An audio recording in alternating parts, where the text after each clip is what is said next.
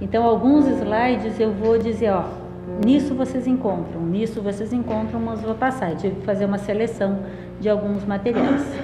E, obviamente, eu preciso começar com a gente ver o que é que a gente sabe. Eu mais ou menos imagino que a gente sabe, então vou ser simples. Adão, Eva, serpente, árvore. Isso nos reporta a criação, Gênesis, né? É da nossa tradição, certo? Que fonte a gente sabe? Algo do Velho Testamento ou do Antigo Testamento, né? O Gênesis é o primeiro livro do Pentateuco, atribuído a Moisés, né? Só que desde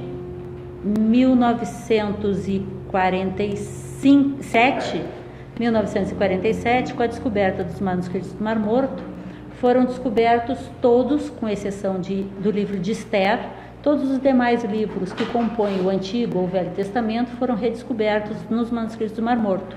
E com isso foi feita uma revisão do texto que a gente tem, que é proveniente de traduções do século X, e esse material dos manuscritos do Mar Morto é do século II AC ao século II DC, portanto é muito mais original. Então foi feita uma revisão do material do Antigo Testamento e várias notas acrescentadas e várias passagens do texto corrigidas.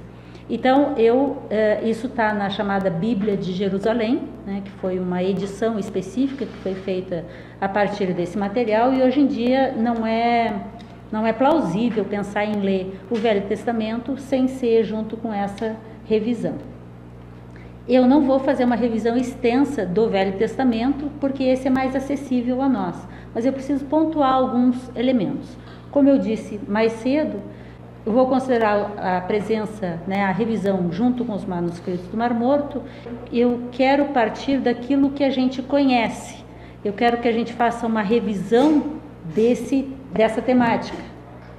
Só vou pegar do sexto dia e do sétimo dia, porque os primeiros dias, a formação, aquele negócio cosmogônico e tal, vou pegar muito pouco disso. Tá? Eu me centrei dessa vez mais na serpente e na árvore, que são um pouco depois, são mais à frente, são do sexto e sétimo dia, né?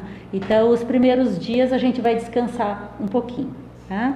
Então, quero chamar a atenção que para fazer essa pequena revisão que eu faço aqui inicial, eu usei principalmente a Bíblia de Jerusalém, mas também 4 versões diferentes que eu encontrei em casa.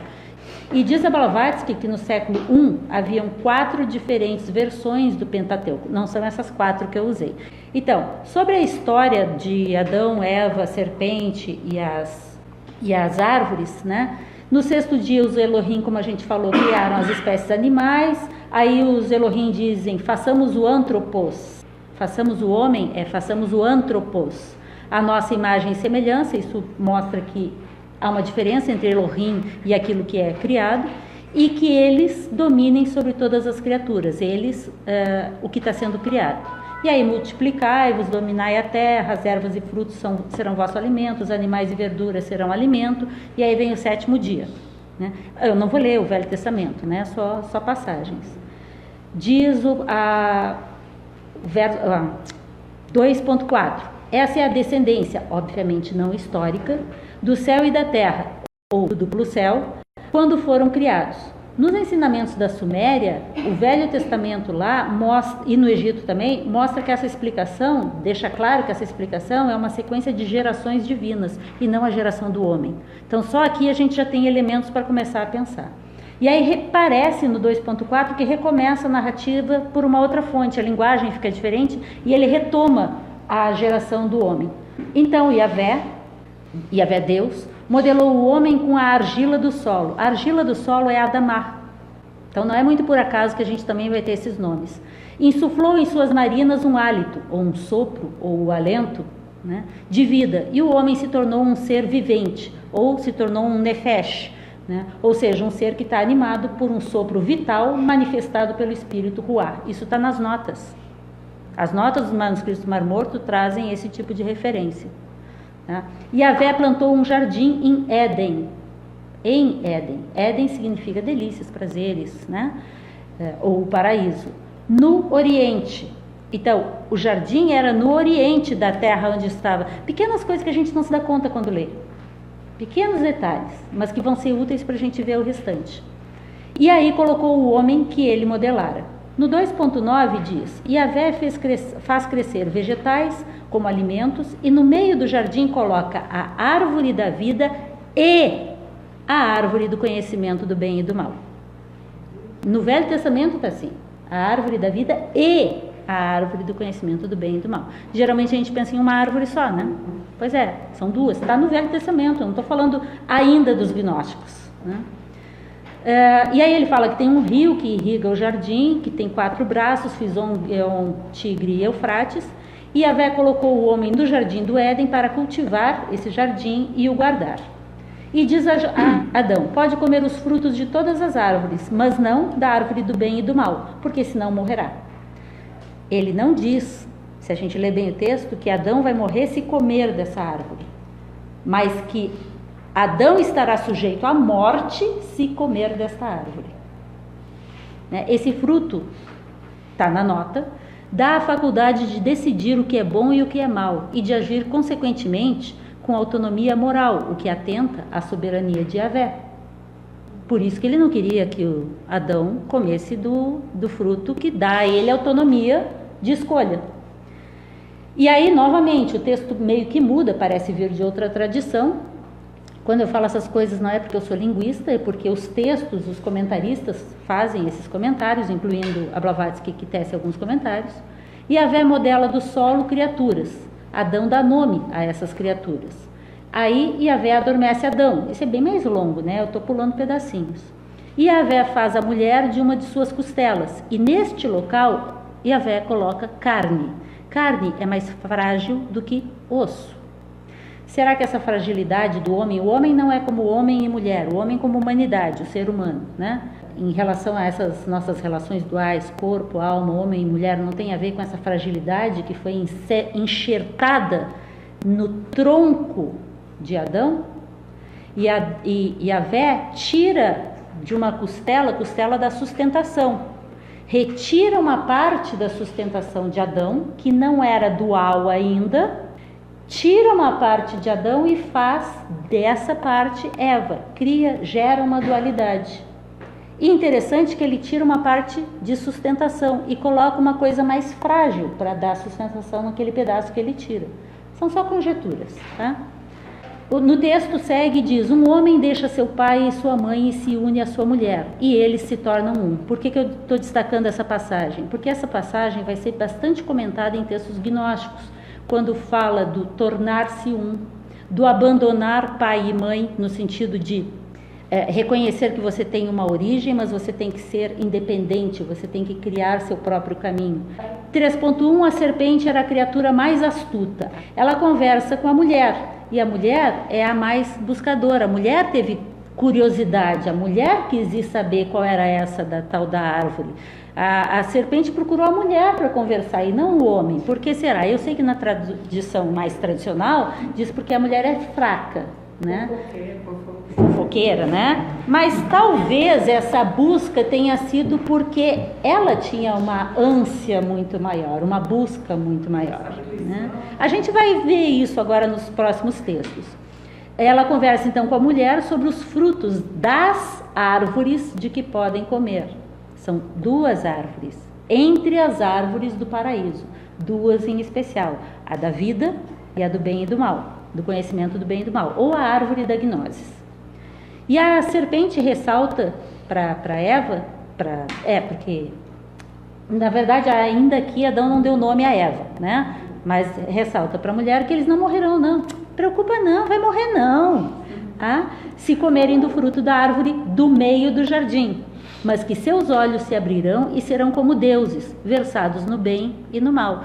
A serpente deu com a língua, contou para ela o que eles não sabiam, que eles se tornariam versados como os seus criadores, os Elohim, ou os Janshorans, né? Versados, os Janibud, os Arris, que seja, versados no bem e no mal. A mulher viu que essa árvore era desejável para adquirir discernimento, comeu e deu ao seu marido. Aí eles viram que estavam nus e vestiram-se com as folhas de figueira. E Yahvé passeia no jardim, eles se escondem. E o homem responde, porque ele, né? É uma historinha, uma novela, né? Tive medo porque estou nu. Eles estão desprovidos de qualquer proteção.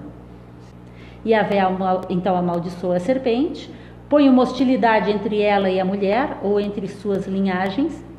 E Yahvé impõe um sofrimento ao homem por causa de ter atendido à voz da mulher.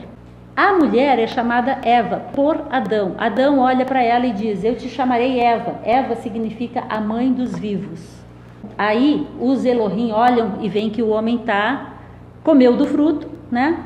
E diz: se o homem já é como um de nós, versado no bem e no mal, que agora ele não estenda a mão e colha também da árvore da vida, e coma e viva para sempre. É a árvore da eternidade.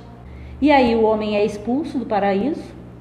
Yahvé coloca querubins e uma espada fulgurante para guardar o caminho da árvore da vida. Isso aqui me lembrou uma imagem tradicional em várias tradições, mas em especial me lembrou Manjushri, na tradição budista, que é o Bodhisattva, a representação da sabedoria com a sua espada fulgurante, né, para cortar os nós da ignorância e permitir o caminho, o acesso à vida eterna em último sentido.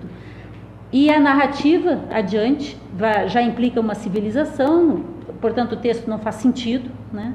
Caim conhece outros em outras terras, como assim? Se era só Adão e Eva, como é que Caim sai e encontra uma esposa, tal, né? E aparece toda uma disputa e uma descendência, né? Caim sai fora do Éden, vai para a terra de Nod, que é a leste, e lá conhece uma mulher.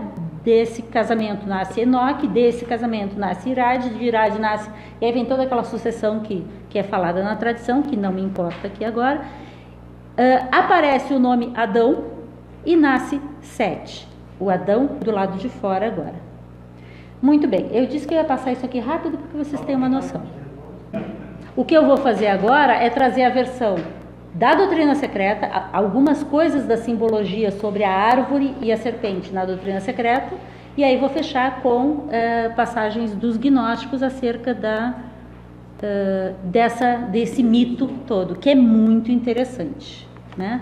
Então a minha pergunta começa por aqui: se a serpente é essa danada, né, que expulsou o homem do paraíso, porque a gente sempre ouviu isso como, né, fomos expulsos do paraíso, né?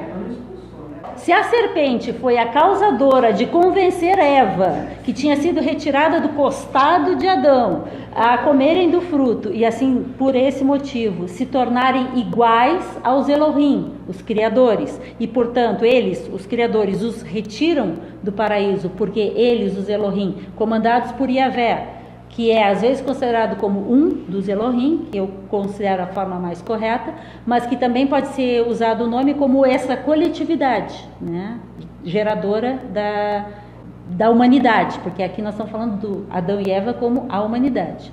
Então, por que? A minha pergunta, né? E mansos como a pomba. Por que ele usaria essa imagem, né? Se ela foi essa danada que provocou essa tragédia na nossa vida, né? Eu sei que vocês já sabem a resposta, mas eu vou trazer alguns exemplos. Na doutrina secreta, e eu não vou ler, mas vocês vão ver lá, volume 2, capítulo 10, página 114. Então vocês podem acessar cada uma dessas passagens completas. Diz sobre a serpente: nos tempos remotos, na era das dinastias divinas sobre a terra, a serpente, hoje temida, era considerada como o primeiro raio de luz surgido do abismo do mistério divino. O emblema primitivo da serpente simbolizava sempre a sabedoria divina e a perfeição. Hermes chamava a serpente o mais espiritual de todos os seres. Moisés diz a mesma coisa no Gênesis. A serpente gnóstica, Sesha ou Ananta, que é a serpente dos hindus. Os Nagas, que eram os adeptos hindus e tibetanos, todos nós já vimos a referência aos Nagas, né? E o lago Manasarovara, onde Nagarjuna vai buscar a sabedoria, né?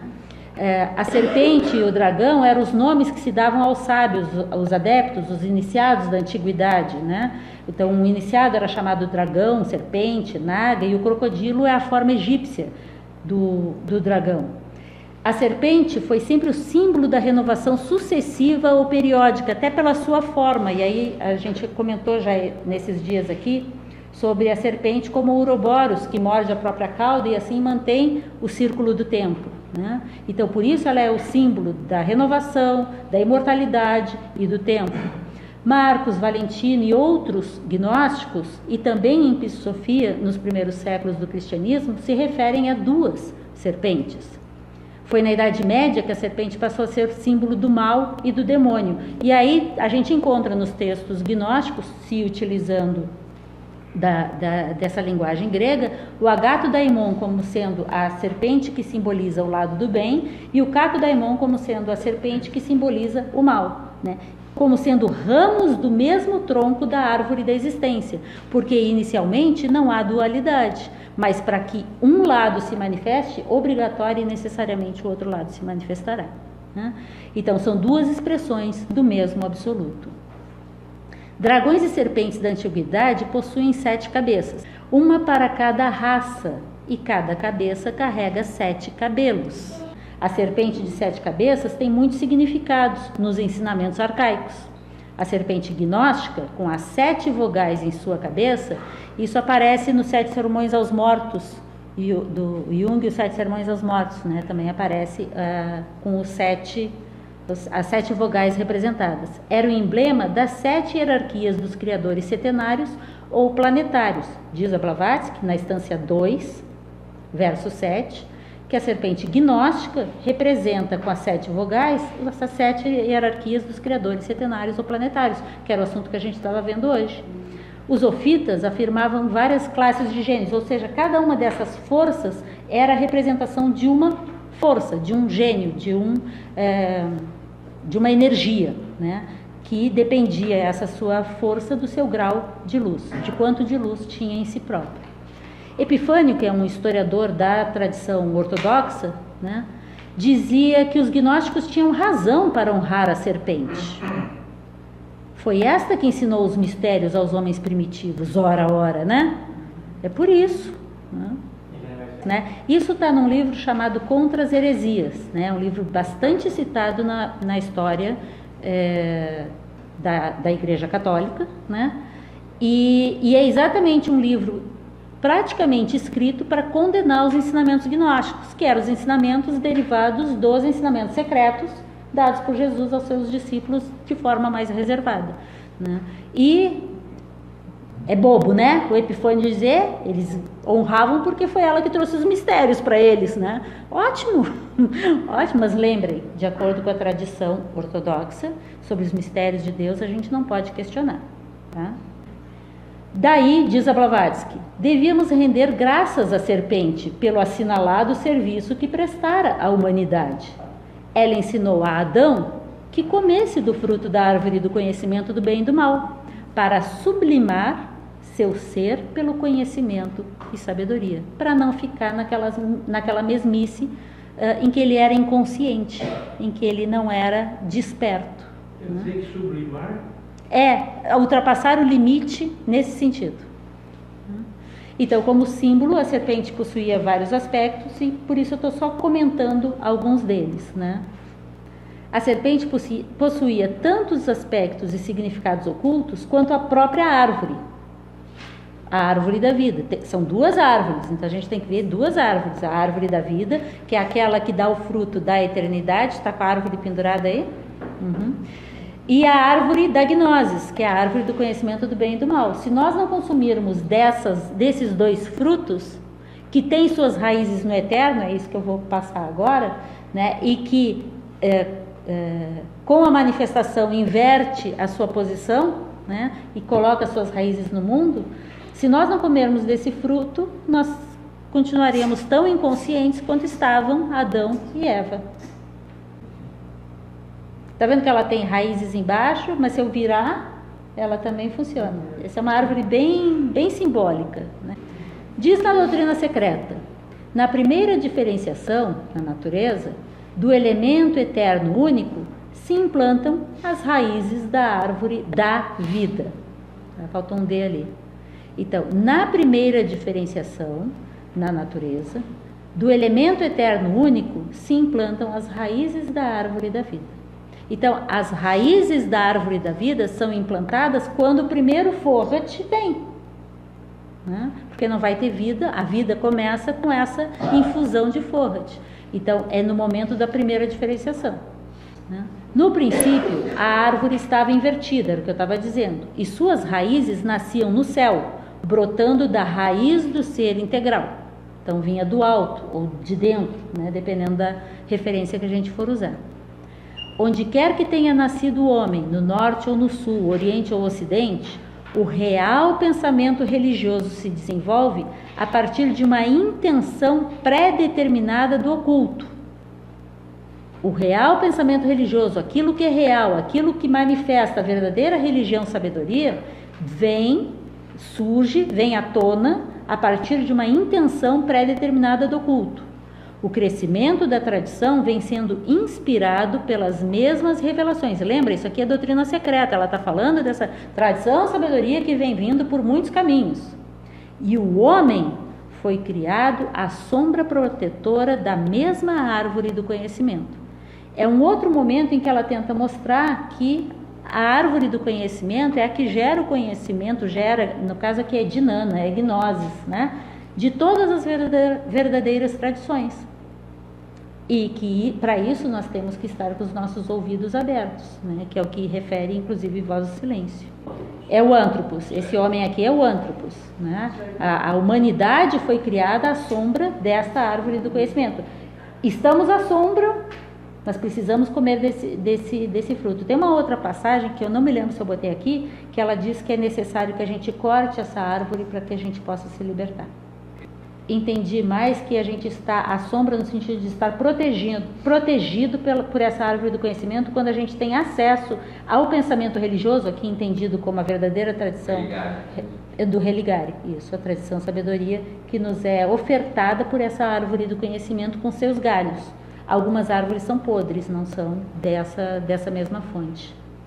Agora, eu acho interessante que essa frase, ela pode também ser entendida num nível mais externo, porque cada um de nós, quando busca, quando tem essa saudade, essa relembrança, essa busca pela tradição sabedoria, vamos dizer que cada um de nós sente essa saudade, a gente vai buscar essa árvore, né? E se a gente tiver a sombra de uma verdadeira árvore do conhecimento do bem e do mal, nós teremos maior chance de reencontrar esse caminho. Na antiguidade, o símbolo universal do conhecimento sagrado e secreto era uma árvore, entendendo-se ainda como tal uma escritura ou um registro. Uma escritura ou um registro para nós é um símbolo bem comum, bem tradicional, mas ela diz que também o símbolo usado era uma árvore. E isso aqui é a Blavatsky dizendo: os dragões, entre parênteses, lipicas, símbolos da sabedoria, são aqueles que guardam as árvores do conhecimento. Então a gente hoje estava falando dos lipicas.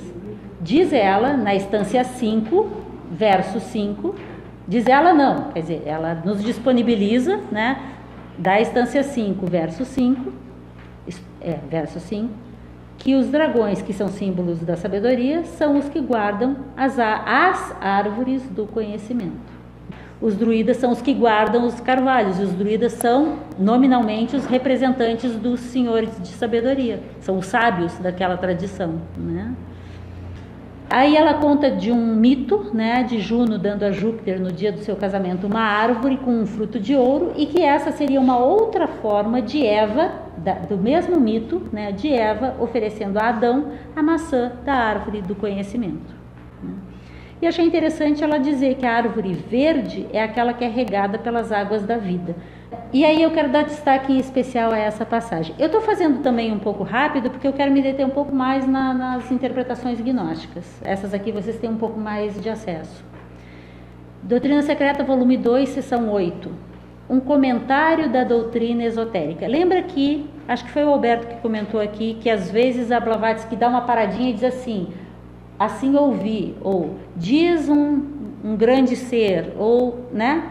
E aqui ela diz assim, um comentário da doutrina esotérica, e põe o comentário em itálico. Ela dá um destaque para esse comentário. E diz o seguinte: O tronco do Asvata, a árvore da vida e do ser, a vara do caduceu, nasce e desce em cada começo, em cada novo Manvantra, das duas asas escuras do cisne, a ave Hamsa. Então, desce das duas asas escuras do cisne Hamsa da vida. Lembram o que é Hamsa? Né? Que é um cisne que representa o Om, inclusive, né? E que mantém equilibrado os dois polos para que se siga no caminho.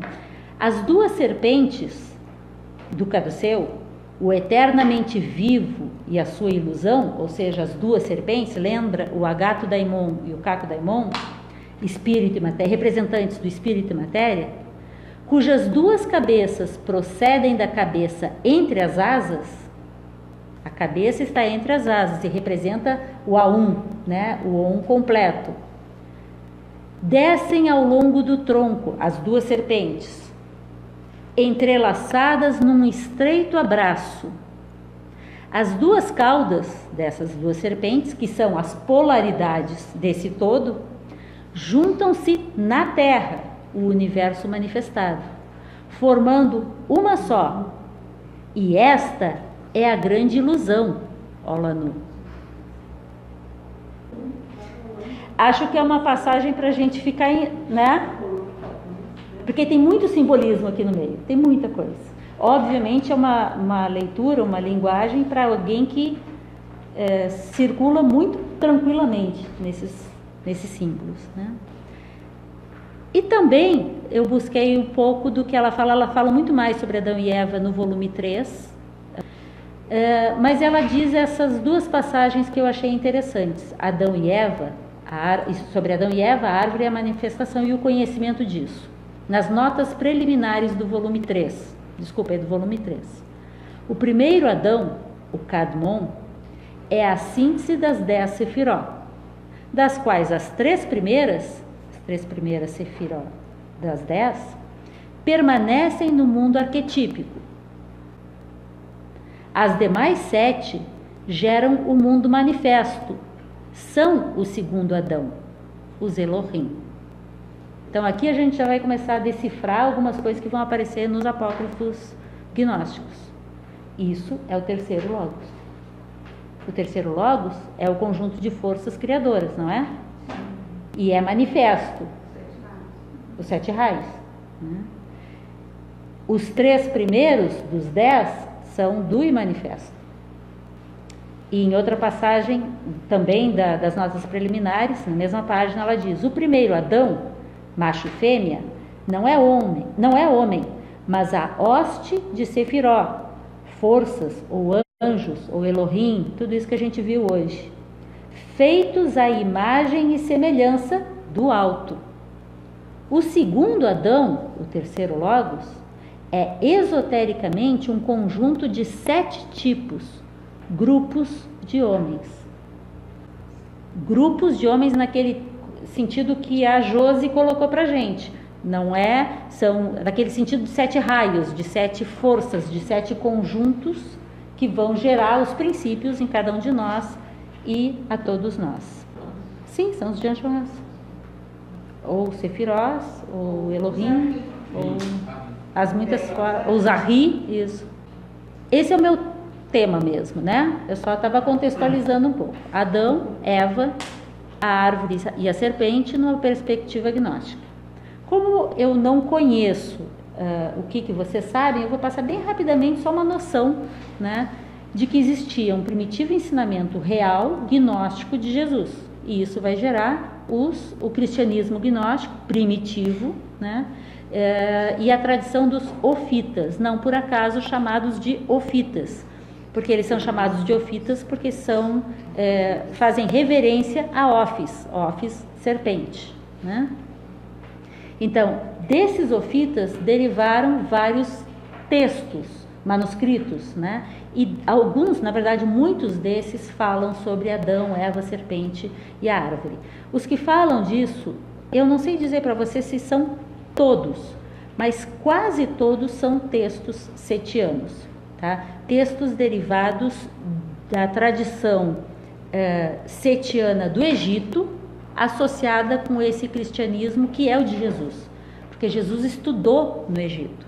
Jesus traz essa tradição setiana que se associa com a tradição dos nazarenos proveniente ali da Galileia, da Galileia, e aí a gente tem esse cristianismo setiano. Então existem, vocês já ouviram falar, muitos apócrifos cristãos derivados de várias descobertas, são muitos textos antigos conhecidos, são mais de 100 títulos, tá? Então alguém dizer que não conhece esse cristianismo é porque está procurando pouco, é muito fácil de achar muita coisa. A palavra apócrifo significa reservado, secreto, oculto, ensinamentos reservados, né? Além da Bíblia de Jerusalém, onde a gente tem alguns ensinamentos, a gente encontra apócrifos cristãos, principalmente do final do século XVIII e até o século XX. Aqui está o final do século XIX, porque são os primeiros, né? No século XX a gente tem a descoberta dos manuscritos do Mar Morto, de 45 a 64, são cerca de 850 títulos diferentes, e a biblioteca de Nag Hammadi, que são 51 títulos em 13 cadernos, né? Então, esses grandes códices gnósticos são o Códice de Asquio, com Pis Sofia, o Bruce Codex, que tem os dois textos, a Gnose do Grande Espírito Invisível e o Apocalipse sem título, e o Códice de Berlim, que tem o Apócrifo de João, a Sabedoria de Jesus Cristo, o Evangelho de Maria, que é o Evangelho de Maria Madalena, e um ato apócrifo de Pedro. Oi? Códex é códice, é um volume de manuscritos, é um material de livro, é um material que foi encontrado, reunido, amarrado junto. Vou explicar.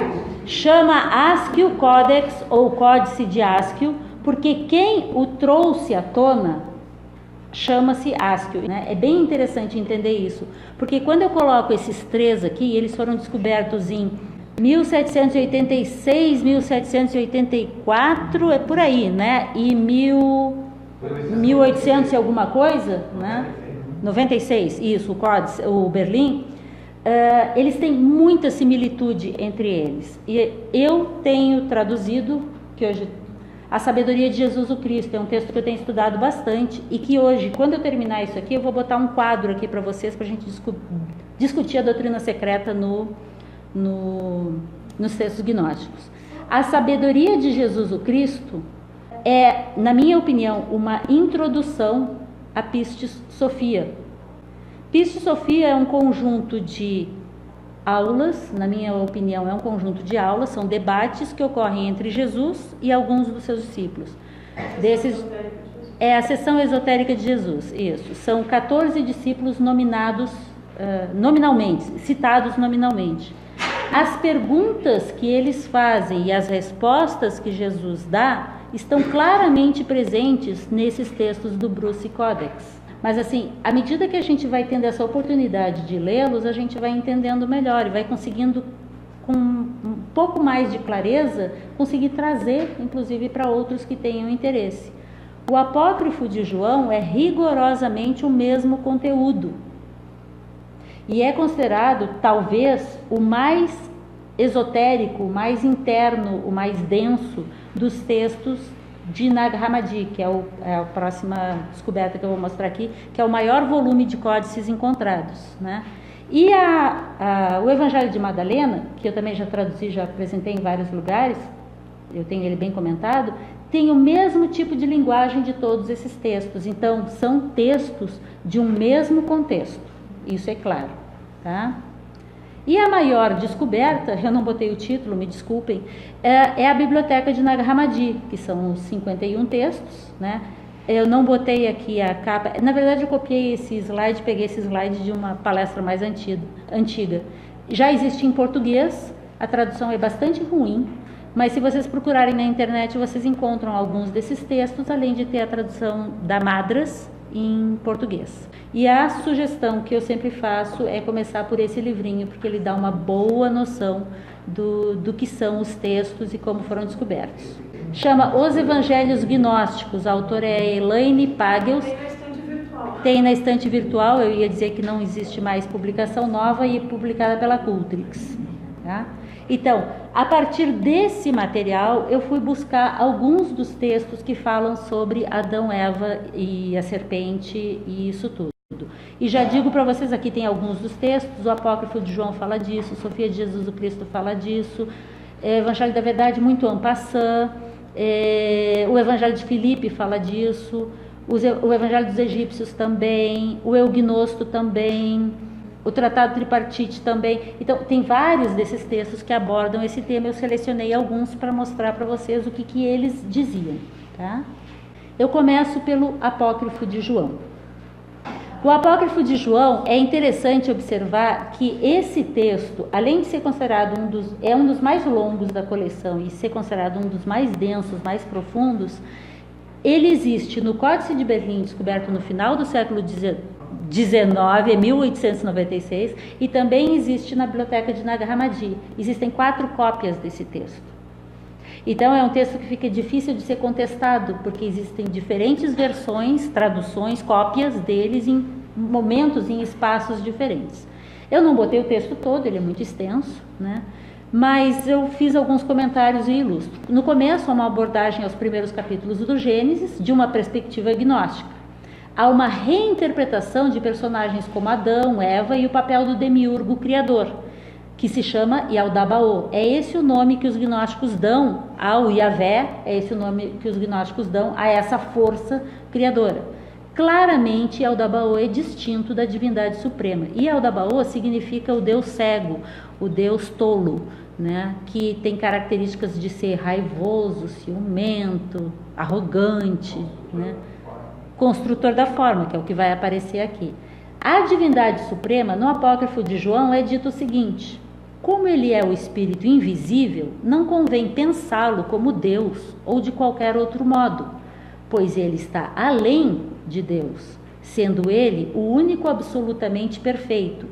Ele é invariável e absolutamente perfeito na luz, incomensurável, eterno, inexprimível, inominável, indefinível, todos aqueles epítetos que vocês conhecem. O absoluto. A Laia fez o mestrado dela comparando o Apócrifo de João e o conceito de uno em Plotino. E é a mesma coisa, né? Desse todo, procedem Christus e Sofia, como as duas forças. Alegoricamente, a origem do mal é vinculada à inconsciência de Sofia, Ashmor. Vão aparecer 3 Sofias. A terceira Sofia seria a nossa alma, que tem o aspecto Eva, mas que, pelos seus erros, gera uma criação defeituosa, que é aqui o mito de Sofia. Sofia Ashmor gera por ignorância, por avidya, não está escrito avidya, desculpem, o deus Yaldabaoth, sem o consentimento do seu esposo, sua contraparte, o espírito. Yaldabaoth, então, cria 365 forças celestes, que são chamados os arcontes, segundo a imagem do Pai refletido na água. O Pai, que é aquele Deus supremo, que Yaldabaoth vê refletido na água e cria forças, e com essas forças, as forças criadoras, os Elohim, criam uma forma, e Yaldabaoth sopra um pneuma neste corpo. Aparece claramente, então, a disputa entre as forças da luz e as forças das trevas, tentando obter domínio sobre a criatura gerada. É a guerra dos filhos da luz contra os filhos das trevas, tão clara, tão presente nos textos dos essênios, né? E que não é nenhuma guerra externa. Vocês já leram o Bhagavad Gita? São as duas forças lutando na gente, e a gente tem que fazer escolhas. O campo de batalha é a nossa própria mente. Aí eu estou seguindo parte do texto. Então ele, Yaldabaoth, soprou sobre o rosto de Adão o seu alento, que é a força de sua mãe. Isso aqui é importante, porque sua mãe é a Sofia, a representante de Eva. Na verdade vai ser chamada Zoé em outros textos aqui. Só ela tem o Espírito Divino em si, e porque ele é filho dela, ele tem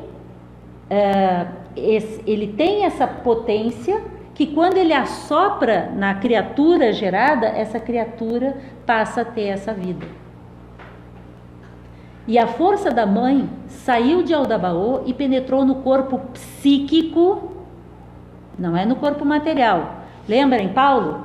Tumus, psique e nous. É o corpo psíquico, é na mente.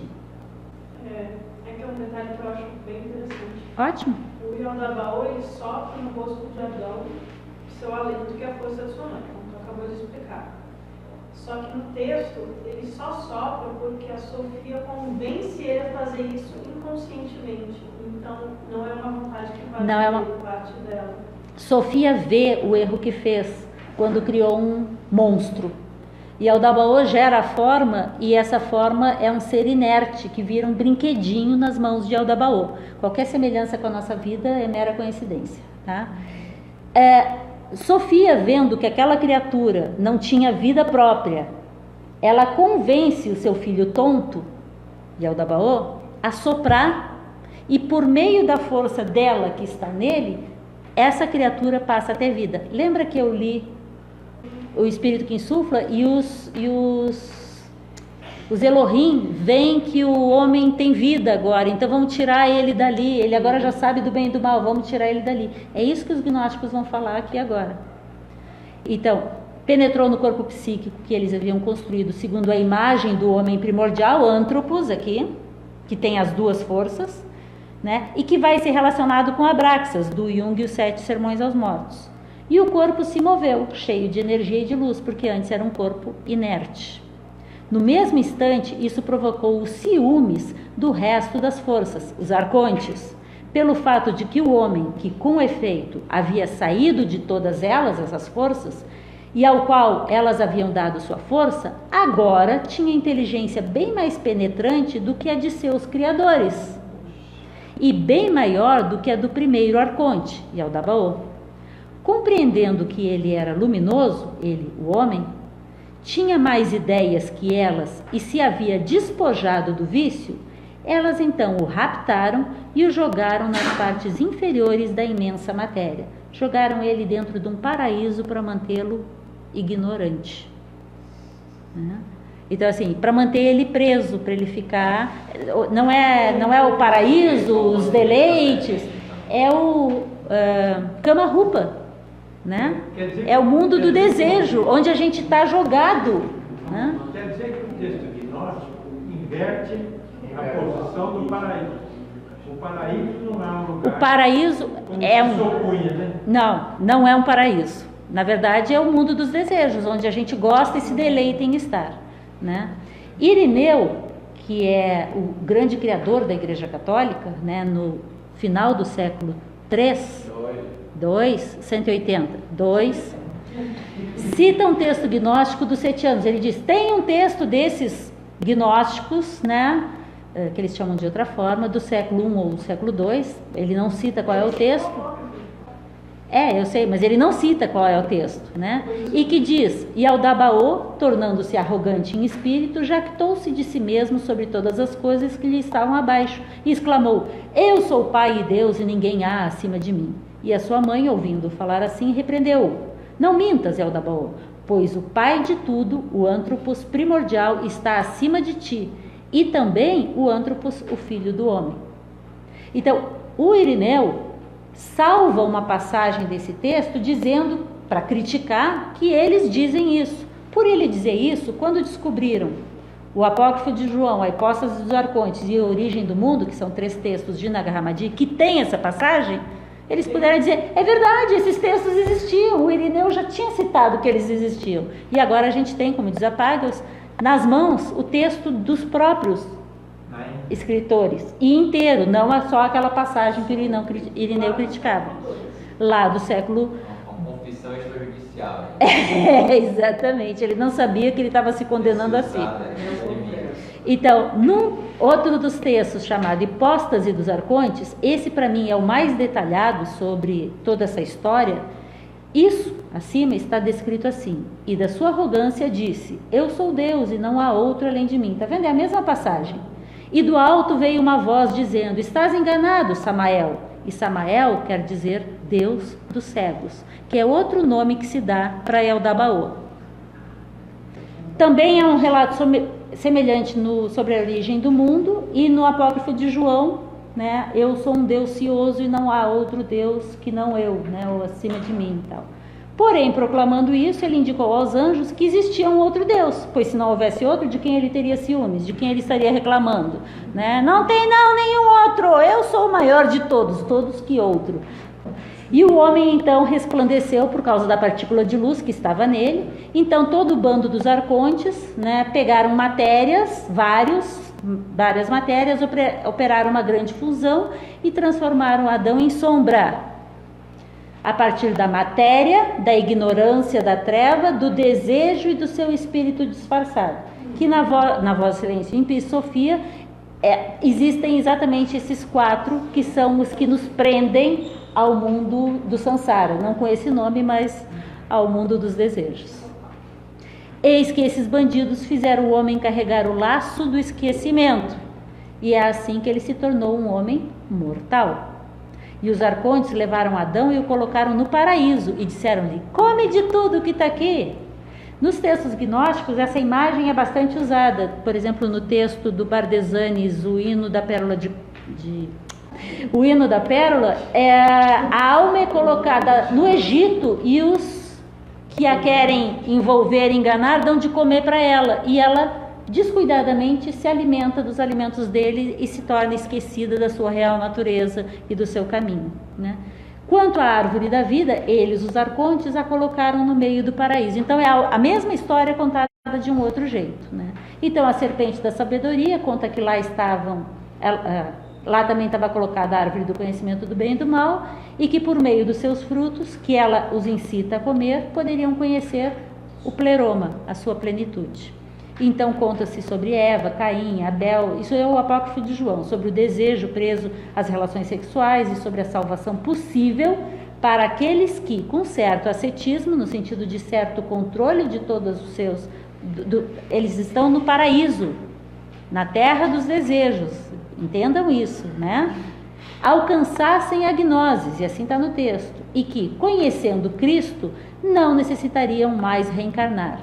Paulo: Cristo em vós é a esperança de glória. Conhecereis Cristo e assim se libertarás, né? É isso, é só isso. E Cristo é Atma.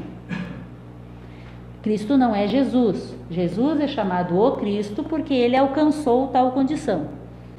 E explicava, ensinava sobre tal condição. E eles, os arcontes, misturaram-se às filhas dos homens. Aí essa história é a continuação lá do Gênesis, né? As pessoas se tornam velhas e sem alegria, elas morriam não tendo encontrado a verdade, né, sem ter encontrado o Deus da verdade, e toda a criação se torna escrava para sempre. E assim, as pessoas fecharam seus corações, endureceram a si mesmas, por causa dos seus espíritos, falsos espíritos, que é assim que está em Sofia, né, os falsos espíritos. Então, são algumas passagens que eu tirei do apócrifo de João. O apócrifo de João vai falar também sobre os 5 tipos de mente que os gnósticos falam, vai falar sobre a mônada, usando essa palavra, né? E vai ensinar como percorrer a senda. Fala. Foi datado esse texto? O apócrifo de João, o original provavelmente é do tempo de João, discípulo, João Evangelista, desculpa, eu não falei isso, né? É o João Evangelista, né? O João Lázaro, né? Então, assim, se a gente for rigorosamente aceitar a sua origem, seria do século I AC. A cópia que se tem, cópia, né? Ela é cópia em copto do grego. Agora, João escrevia em grego. Então, eu não sei se a Laia ou o Alberto sabem, se o original estaria em aramaico, que é a língua mãe de João, ou em grego, que é a sua língua filosófica, vamos dizer assim. Mas, de qualquer forma, a datação dos textos de Nag Hammadi e de Berlim, a maioria está entre o século II e III DC. Um outro texto que eu quero citar, uma passagem, é o sobre a origem do mundo. O próprio título já diz da sua origem, né? Sobre a origem do mundo. Após o dia de repouso, Sofia, e aqui é a Sofia maior, envia sua filha Zoé, que chamamos Eva, como instrutora para que ela despertasse Adão. A Sofia maior aqui que é a esposa, a mãe da mãe-pai da Eva e Adão, que é a próxima dupla aqui, ou seja, do segundo logos em relação ao terceiro logos, ela é a serpente, né? Que diz para Zoé, Eva, vai lá e dá a fruta para o Adão, que está adormecido. Que despertasse Adão, aquele em quem não existia alma. Segundo a origem do mundo, que é um desses textos, Adão é aquele em quem não existe alma. E Zoé é a filha de Eva, é a filha de Sofia, é a que tem o insufle, é a que tem o alento. A fim de que aqueles que ele gerasse, ou seja, essa dupla, a Sofia, Eva e Adão, fossem receptáculos da luz. É uma outra forma de contar a história. Logo que Zoé viu sua co-semelhança, Adão, teve piedade dela e disse: Adão, vive, levanta-te da terra, deixa de ser apenas pó. E imediatamente a sua palavra transformou-se em realidade. Palavra aqui provavelmente tem o mesmo sentido de verbo, né? Aquela palavra que é dada, que é feita para que o Logos desperte. Levanta-te da terra, e imediatamente sua palavra transformou-se em realidade. Logo que Adão se ergueu, abriu os olhos, ou seja, despertou, né? E quando a viu, disse: Tu serás chamada mãe dos vivos, porque foste tu que me deste a vida. Eva é a mãe dos vivos, né? Então, desse ponto de vista, Eva é a grande salvadora de um Adão que estava adormecido, que era apenas a mente material.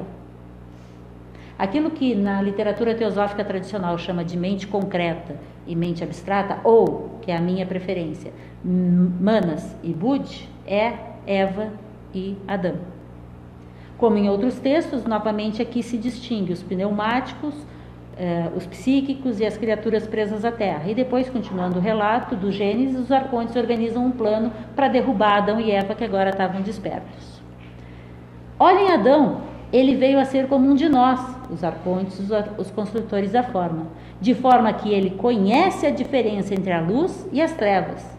Talvez agora, quem sabe, ele irá ser iludido pela árvore da gnoses e também virá para a árvore da vida, e comerá dela e se tornará imortal, tornando-se Senhor, desprezando-nos e desdenhando-nos e a toda nossa glória. Então ele irá nos denunciar ao nosso universo. Vamos expulsá-lo do paraíso. Então, outra forma de contar essa historinha. A ideia, claramente, é isso que a Págios vai dizer nos comentários. Ela tem um livro, Adão, Eva e a Serpente, que ela vai dizer nesse livro, é que claramente os gnósticos liam esse mito em diferentes momentos, em diferentes grupos, de formas um pouco diferentes, mas sempre como Eva e a serpente tendo sido aquelas enviadas do lado luz para despertar o homem de barro que tinha sido formado e que estava adormecido. Outro texto que eu já tinha citado, mas não tinha mostrado passagens, a hipóstase dos arcontes. Os arcontes reuniram-se em conselho e disseram: Vamos, faremos um homem com o pó do solo. Adamar, lembra? E eles modelaram o seu homem segundo o seu corpo e segundo a semelhança de Deus que lhes havia aparecido nas águas, a semelhança que eles viram embaixo, e Deus pairava sobre as águas. Façamos cair agora um sono sobre Adão, e ele adormeceu. Ora, o sono era a ignorância que eles haviam feito cair sobre ele, para que Adão não fosse consciente, não fosse desperto. Então, a ideia de gerar a matéria apegada ao desejo, à rupa, às trevas, aquilo que não permite a visualização. Mas para que as duas forças em comunhão se leve a melhor qualidade da matéria com o máximo de luz sendo capaz de usar tal matéria, né? Que é essa busca que a gente está falando.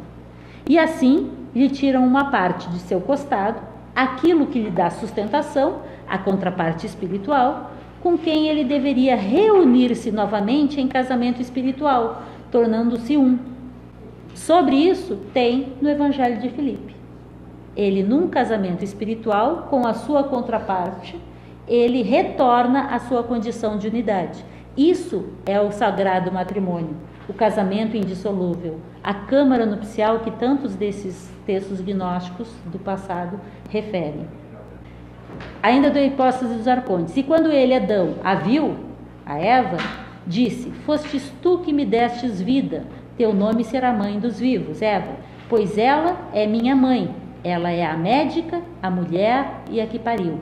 Essa questão de o símbolo feminino ser visto com as três forças, a mãe, a companheira e a filha, é muito comum nos textos gnósticos. Em Filipe isso é muito presente, e mostra essa condição de Sofia com as três forças, sendo sempre a cisígia, a companheira de uma força. Então, a força do segundo logos, do segundo logos, a sua cisígia, a do terceiro, e depois no manifesto comum, também cada um vai ter a sua contraparte feminina. Feminina no sentido de ser a oposição, polaridade. Quer dizer que Adão é a mente mais concreta. Quando está voltada ao mundo, que na filosofia Kama, Manas, né? É o Kama Manas, o Klishta Manas no budismo. Aí é o mundo preso na matéria, é o Adão de argila. E qual é a matéria? É o mundo do desejo, que é o paraíso. Quando ele escuta Sofia, ele se torna a mente desperta, porque ela é o espírito. Apenas quando ele abre os olhos, ou seja, quando ele de fato escuta, o que tem em voz do silêncio dizendo que é necessário abrir os olhos e abrir os ouvidos. Se você fizer só um, você não entra no caminho. Então, depois disso, o texto apresenta a serpente como o instrutor, que aconselha Adão e Eva a comer do fruto proibido, que foi proibido pelos arcontes, pelos regentes. E também fala de Sofia Shmó, que quis gerar sozinha, sem o seu esposo é Cristo, criando assim uma besta andrógena, Yaldabaoth, que por sua vez gera 7 filhos, os construtores, que são construtores da matéria. Isso vai gerar a ideia da matéria ser ruim, mas cuidado, é por isso que é bom a gente ler a doutrina secreta. Não é que a matéria é ruim, o problema é quando a gente esquece o lado espiritual e se prende apenas ao lado matéria. Esse é o problema, e desse ponto de vista a matéria é ruim, assim como é ruim viver só do lado espiritual, porque você nunca vai vencer, nunca vai gerar, nunca vai progredir. Deus não se experiencia na matéria, não permite. É necessário ter a matéria e o espírito para que tudo isso aconteça. Há uma ruptura entre eles, e esse esquecimento, a ideia que passa aqui é que a serpente é um sábio, igual estava lá na doutrina secreta as referências, é um sábio que, Eva, vai lá, chama a mente concreta e diz para ela despertar. Eva faz isso. Então, um lado de você, o seu lado ânima, é que te desperta para o teu lado ânimos que está adormecido. Mas é somente quando os dois se unem no local sagrado, que é a câmara nupcial, que não é o casamento, né, no sentido secular, comum, quando essa união ocorre, é que de fato se desperta a possibilidade, nasce o filho. Segundo o que a gente tem lido na doutrina secreta, para você poder estar de acordo toda essa questão cíclica, você tem que passar periodicamente por todos os níveis. Se você não passa pelo nível da matéria, se você não desenvolve, entre aspas, essa matéria recuperando a sua condição divina, divina não no sentido de ser espiritual, mas de ser una, você não tem como fazer o trabalho. Por isso que, inclusive, nas tradições verdadeiras se diz que, eu comentei isso ontem, é necessário estar encarnado para poder fazer o processo. Então, por isso que os grandes seres não perdem tempo vivendo no Devachan. Eles são aqui direto porque eles, em tendo presentes todos os 7 princípios, todos os princípios em si, quem é que tinha falado dos princípios? Os princípios, tendo presente todos os princípios em si, é capaz de dar o próximo passo. E lembra que ontem eu comentei que Blavatsky diz que no exercício de Jnana Yoga você vai mudando seus esquemas e chega momentos em que você não tem nenhum esquema para te traduzir aquilo que você sente, percebe, descobre, está em você e você não consegue traduzir aquilo, não consegue. Eu entendo que, em parte, a noite escura da alma e outras... É esse vazio, né? Que não é um estado de abandono, é um estado de estar sozinho, mas que é necessário para que você reconheça e escolha os caminhos, né? Kenosis, Crescer dói. Kenosis. Despojamento, é esse esvaziar-se por completo, né? E é necessário esse esvaziamento para que, se a xícara está cheia, não tem como preenchê-la. É necessário esvaziamento para que você ouça a voz do silêncio, né?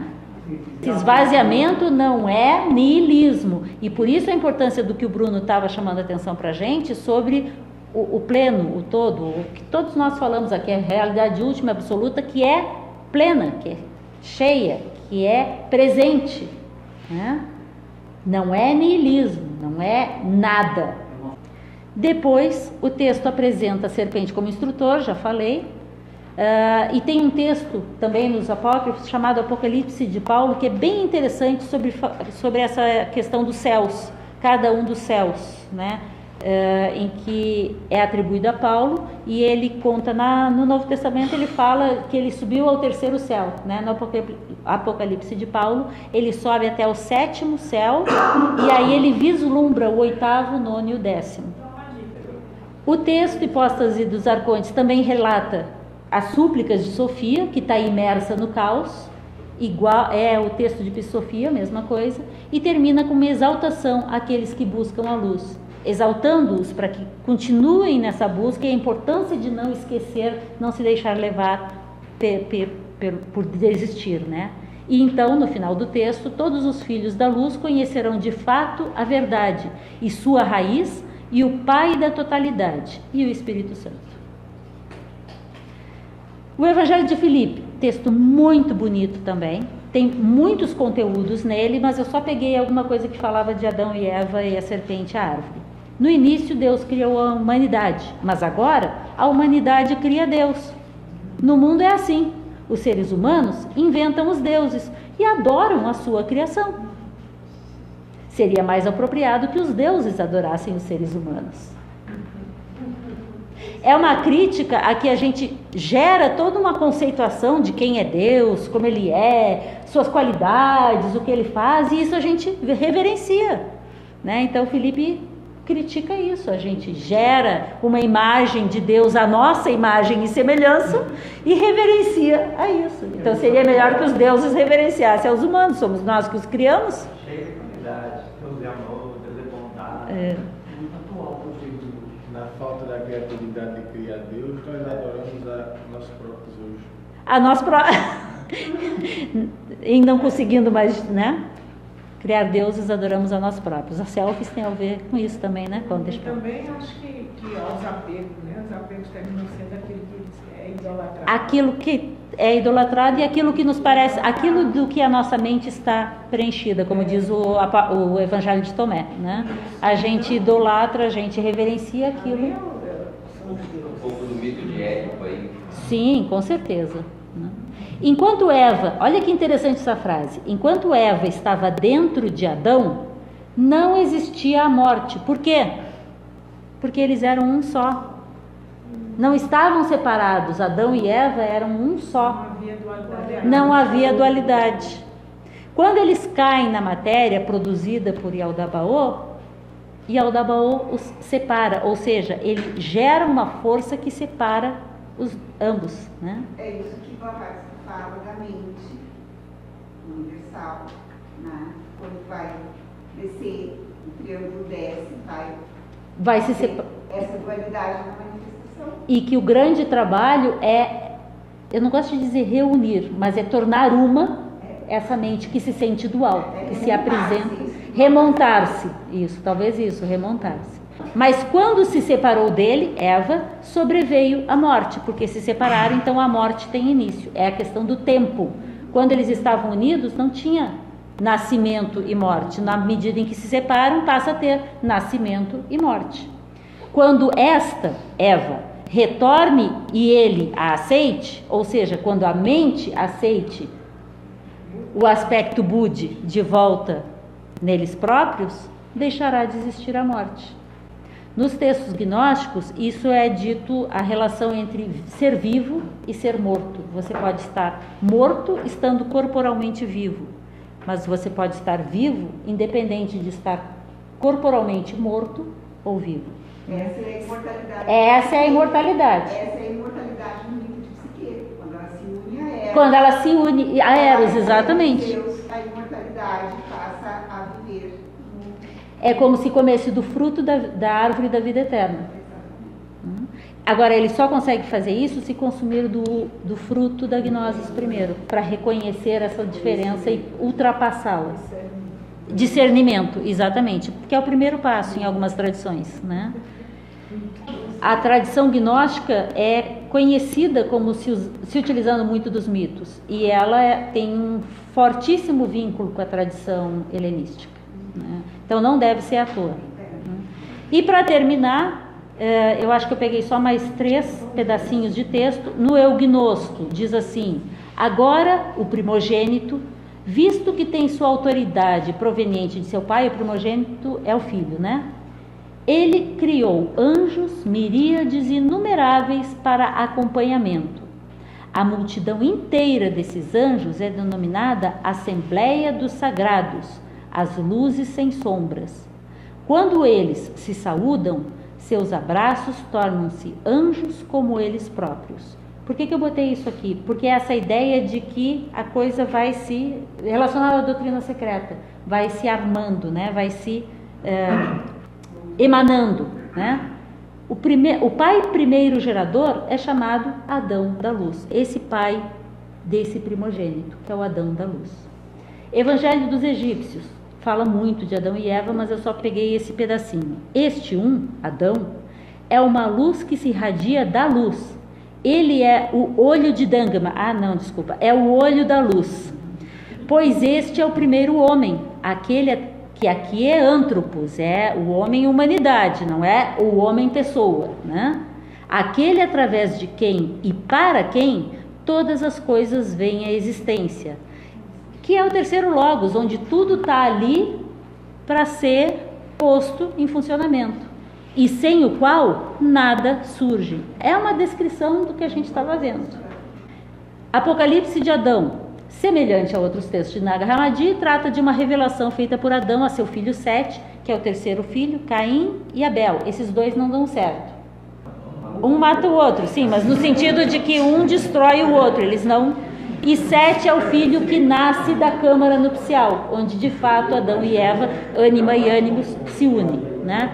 Sete vai dar como nome a nomenclatura para a tradição setiana, né?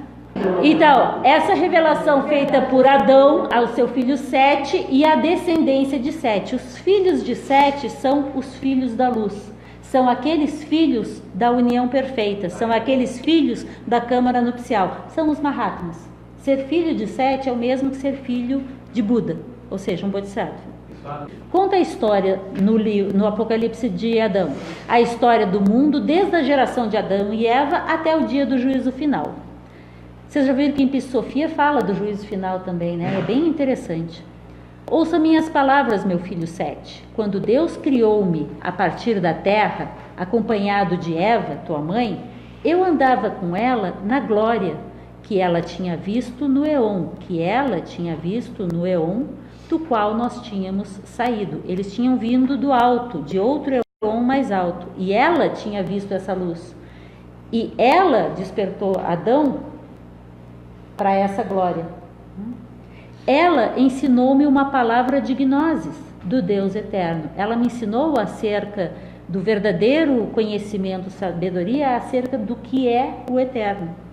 E nós éramos semelhantes aos grandes anjos eternos, pois éramos superiores ao Deus que nos havia criado como formas e às forças que estavam com ele, os arcontes, as quais não conhecíamos.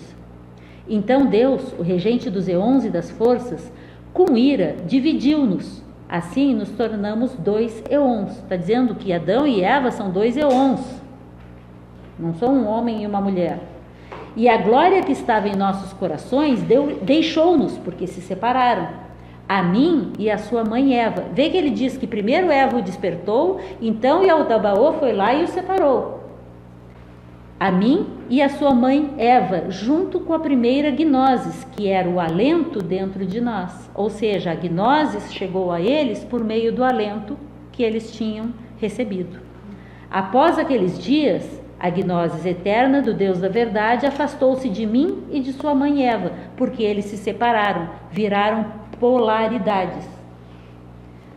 Então a história se desenrola como se fosse uma novela, relata a visita a Adão de grandes homens, o poder da morte e do esquecimento que recai sobre o casal, o nascimento do filho, o nascimento dos desejos, a perda da gnose, a descendência de seus filhos, fala sobre Noé e o dilúvio que Deus fez derramar-se sobre a terra.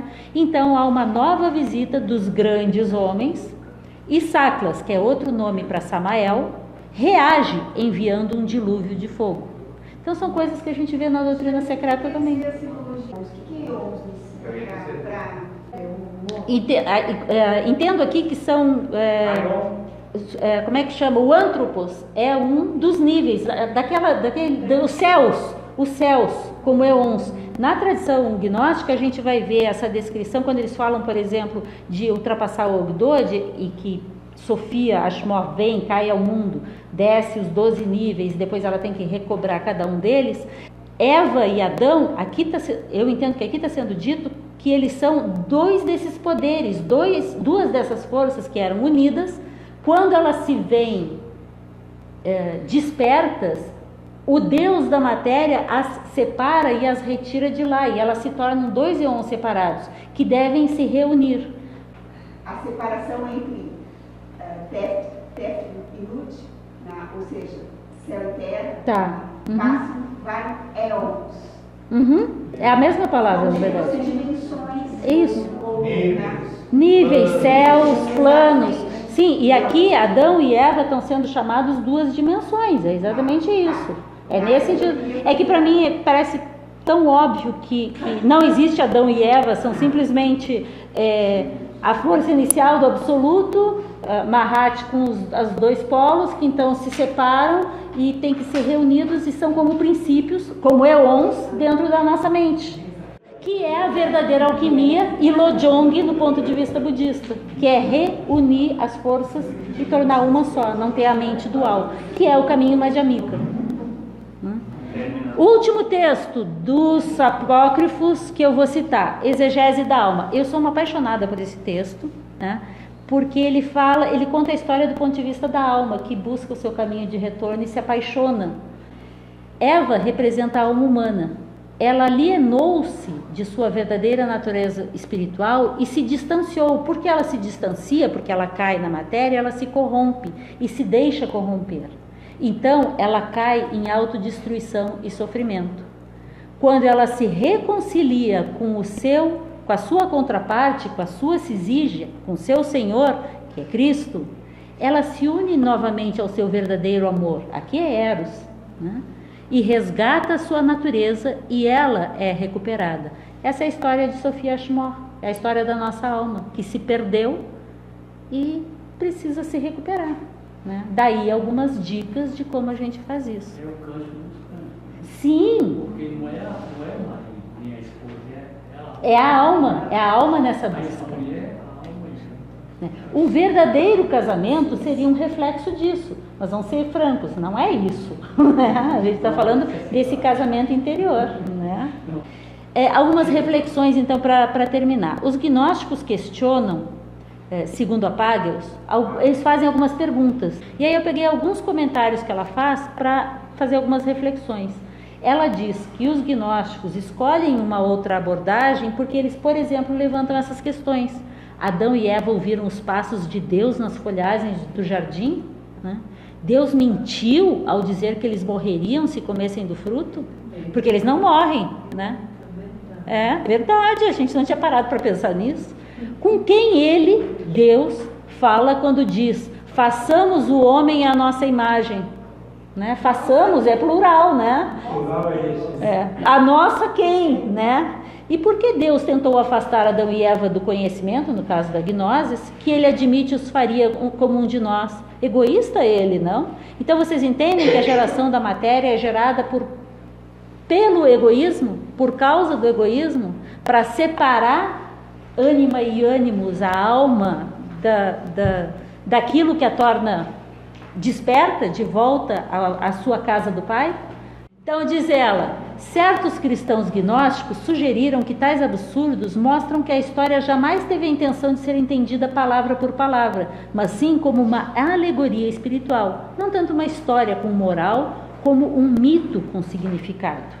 Por exemplo, para boa parte dos gnósticos, a divindade não está fora do homem, mas é sua essência e possibilidade de ressurreição. Porque se os princípios da divindade, a própria divindade, não estivessem dentro de nós, nós estaríamos em maus lençóis. Leram os gnósticos a história de Adão e Eva não como um relato externo, mas como uma explanação do que ocorre dentro da alma na busca por compreender a si mesma e na busca por se revelar.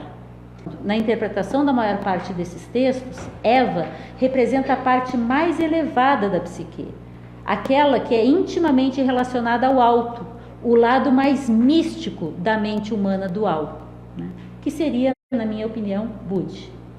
O princípio feminino representado por Eva refere-se ao princípio espiritual no antropos, no humano, no homem primordial. Tanto que ela é uma das suas costelas, aquela que segura, que contém o sopro. O sopro é dado, o pulmão é que segura o sopro, certo? Adão é o aspecto mais terra, mais racional, que obedece, não busca, mas acumula, e ele é posto para dormir, né? Esse é Manas, que tem que ser despertado por Budi para ultrapassar aquele aspecto dual da mente e passar a ser uno com o todo, conhecer-se tal qual é. Aquele conhece-te a ti mesmo de ontem, né? As duas árvores são o que dá o despertar espiritual, o discernimento da dualidade, do bem e do mal, a da gnosis, e aquela que alimenta a centelha da vida eterna, que acende a luz. Ou seja, são duas árvores, uma que dá o discernimento e a outra que dá a vida eterna. Mas é necessário você ter esse discernimento para que você possa comer também do fruto da vida eterna, tornar-se vivo, né? Que é a linguagem. Não, você não chega. Lembra que tem uma espada flamejante na entrada? Você não chega à segunda árvore se você não tiver o discernimento de entender o que é aquela árvore, que é muito mais que entender conceitualmente, né? É essa verdadeira busca. A serpente, segundo os gnósticos, representa um instrutor que não consegue despertar Adão, mas então chama Eva e lhe apresenta a possibilidade de, alimentando-se do fruto da árvore do bem e do mal, eles tornarem-se conhecedores e discernirem. E para isso precisarão se unir. Em comendo desse fruto, eles se libertam do jugo do Yaldabaoth, o deus arrogante e egoísta. Mas ainda não têm o fruto da árvore da vida, por isso ficam sujeitos ainda ao sofrimento, até reencontrarem-se, unirem-se na câmara nupcial e serem, portanto, resgatados à verdadeira vida. Eles geram muitos e diferentes tipos de filhos. Os dois primeiros são filhos da dualidade, Caim e Abel, mas o terceiro é o verdadeiro filho da câmara nupcial, Sete, que é o que vai dar descendência aos filhos da luz. E para fechar, uma passagem da doutrina secreta. A figura da serpente, supondo-se que seja do culto dos ofitas, que são os discípulos de Jesus, bem pode representar aquela serpente perfeita e verdadeira que leva para fora do Egito. Egito é o nome que muitos dos gnósticos davam a corpo. Você viaja para o Egito, você encarna. Que leva para fora do Egito a todos os que têm confiança na serpente. Se você não confia, e a serpente os conduz através do mar vermelho da morte à terra prometida, a verdadeira terra prometida, que obviamente não é Israel, é a terra prometida, protegendo-os durante a viagem. Blavatsky cita essa passagem, que é do King, no Gnósticos e suas lembranças. Então, para terminar, não há pecado original na visão dos gnósticos. Não há mensagem anti-mulher. Deus, o verdadeiro, não é arrogante, ciumento, mentiroso, limitador, castrador.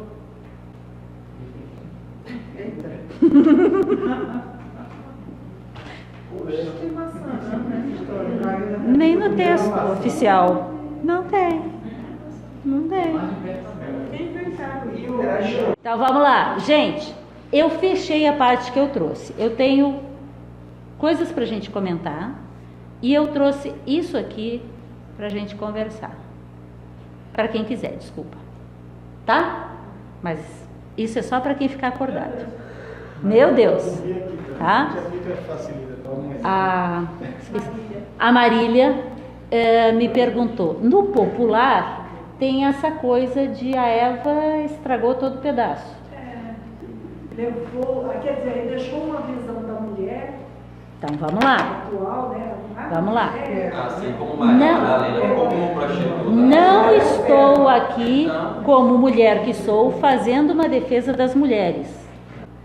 Mas naquela época e naquele contexto, a gente tem que entender que essas coisas são colocadas num contexto cultural. Não havia nenhum interesse em que houvesse qualquer tipo de espaço para mulheres que têm mania de, imagina, até arregaçar as mangas e ficar dando batismo e ensinando e se achando grande coisa. O lugar de mulher é na cozinha e cuidando das crianças, né? Então, assim, muitas das imagens, não só na Judéia e adjacências, não só na Palestina, mas também em outros ambientes, fora nos celtas, em que, muito pelo contrário, a imagem da mãe é muito valorizada, muitas dessas imagens são muitas vezes utilizadas por causa do sentido cultural e de necessidades de jogo de poder. Isso acontece, né? Então, como o Torres salientou, a mesma coisa diz respeito a Madalena. Madalena, Simão o Mago e João Lázaro, os 3 discípulos mais avançados de Jesus. Vocês já ouviram falar que Madalena fosse avançada? Talvez em ambientes aqui, mas de resto se fala muito mal dela. Os textos dela são maravilhosos. Mas a gente tem que entender que cada uma das manifestações culturais religiosas que se expressa, ela vem dentro de um determinado contexto. E muitas vezes as imagens que a gente acaba marcando tem mais a ver com o ambiente cultural onde aquilo acontece do que necessariamente com um símbolo sagrado prévio, né? Tal. Eu queria só mostrar por curiosidade, só para quem quiser ficar, né? Ok. Por curiosidade, o texto Sofia de Jesus o Cristo não é o tema de hoje, mas ele vai ter uma relação direta, eu acho que vocês vão enxergar. E ele explica a cosmogênese, como eu comentei com alguns, para mim é o texto mais claro que eu já vi, pelo menos na minha interpretação, de o que são esse escalonamento. E ele vai falar de 5 dimensões da manifestação do homem, tá? Começando no cosmos. E essa manifestação do homem, ele vai falar sobre o homem que busca a senda, não é o homem qualquer homem. Como se fazer um salvador, como nasce um salvador, que é um Mahatma, tá? Então, começa com isso. É chamado antepassado, sobre o qual nada pode ser dito, inominável, inefável, indescritível. Vocês já ouviram isso em algum lugar, aqui, né? Daí, dentro disso, sem ser manifesto, geram-se latentemente 2 forças. E dessas 2 forças gera-se, ali ó, tá? Gera-se um ponto focal que eles vão chamar de pai autogerado, que não tem pai, não tem antepassado, não tem nada. O primeiro é chamado antepassado, mas não tem nome, né? Eu estou erroneamente, né, dando um nome para ele, né? Pai ou pai-mãe autogerado, que seria o primeiro logos. Aqui eu estou fazendo agora a minha reflexão dentro do que a gente viu hoje, que seria a terceira. Enquanto o primeiro é a primeira instância, aqui a gente está falando da terceira instância, e que é, segundo o texto, o Adão Cadmo. Porque nele tudo contém, tudo está, mas é tudo imanifesto. Porque ele é só um ponto adimensional. Esse pai, que é ao mesmo tempo pai e mãe, ele gera uma condição, que é o homem primordial, que é o Adão. Agora, o texto vai dizer que esse é, como eu li lá no texto, o segundo Adão, que é o conjunto das forças, que seria correspondente à 4ª e 5ª instância, que seria o terceiro logos, que na tradição gnóstica vai ser chamado Enóia, ou é Mahat. Tá? Este tem Sofia, chamada Eva. Deste homem primordial com a sua cisígia, gera-se um raio que por sua vez vai gerar um filho. Esse é chamado nesse texto de filho do homem, filho do antropos, que é a mesma linguagem usada nos textos essênios, que dizem que existe o homem primordial, antropos, que existe o filho do antropos e que existe o filho do homem, que é um salvador, um Mahatma. Por quê? Porque ele é aquele que ouviu o chamado, conheceu ou tornou-se Cristo, porque ele ascende por meio de sua mãe Sofia Ashmore, e assim ele é capaz de retornar à casa do pai, que é o homem primordial, Adão Kadmon. Esse é o mito do herói. Eu não conheço mitos, mas esse aqui para mim ficou muito bacana de ler. Eu quis trazer porque não é do tema que eu ia falar hoje, mas é o que a gente falou hoje. Eu achei bacana, queria colocar para vocês se tem relação. Só uma? Nessa correlação, onde que se encaixaria o Espírito Santo? Espírito Santo é o aspecto feminino. Porque toda a trindade, a Josi até falou isso, todas as trindades, toda a manifestação é feita sempre a partir de 3. Tem o primeiro, do qual nada se fala, o uno absoluto, imortal, lá. Aí gera-se o primeiro pai, que latentemente tem a sua cisígia, e ele então gera o terceiro, o filho, que é o homem primordial, mas é o primeiro filho, que é capaz de ser pai, que com a sua cisígia gera o seu filho. No caso aqui, no meu exemplo, é Cristo. Não é dito pai, filho e Espírito Santo, então é pai, mãe, que é o Espírito Santo, e o filho, Cristo. Essa sempre foi a ordem natural. Por interesses vários, para inclusive retirar qualquer referência a aspectos femininos na tradição, mitológica, histórica ou qualquer coisa, são retirados os nomes femininos. Então o nome Espírito Santo substitui o nome feminino.